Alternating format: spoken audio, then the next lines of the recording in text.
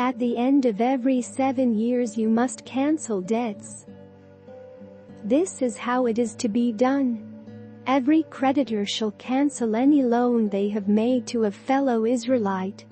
They shall not require payment from anyone among their own people, because the Lord's time for canceling debts has been proclaimed. You may require payment from a foreigner, but you must cancel any debt your fellow Israelite owes you.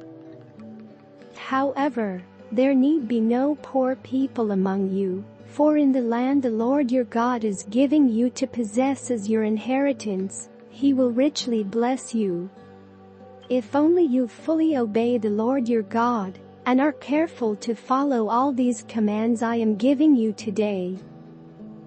For the Lord your God will bless you as He has promised, and you will lend to many nations, but will borrow from none. You will rule over many nations, but none will rule over you.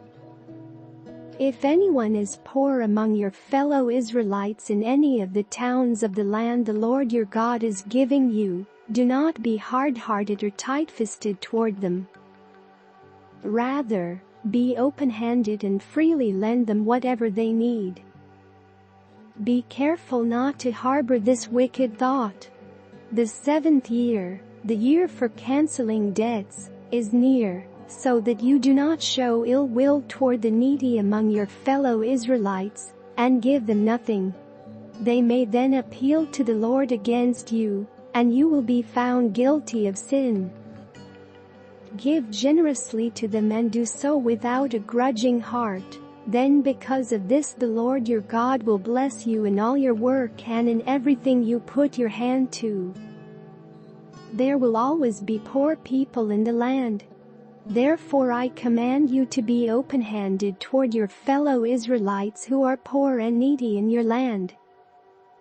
If any of your people Hebrew men or women sell themselves to you and serve you 6 years, in the 7th year you must let them go free. And when you release them, do not send them away empty-handed. Supply them liberally from your flock, your threshing floor and your winepress. Give to them as the Lord your God has blessed you.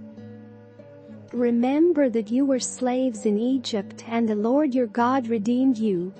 That is why I give you this command today. But if your servant says to you, I do not want to leave you because he loves you and your family and is well off with you, then take an awl and push it through his earlobe into the door, and he will become your servant for life. Do the same for your female servant. Do not consider it a hardship to set your servant free, because their service to you these 6 years has been worth twice as much as that of a hired hand.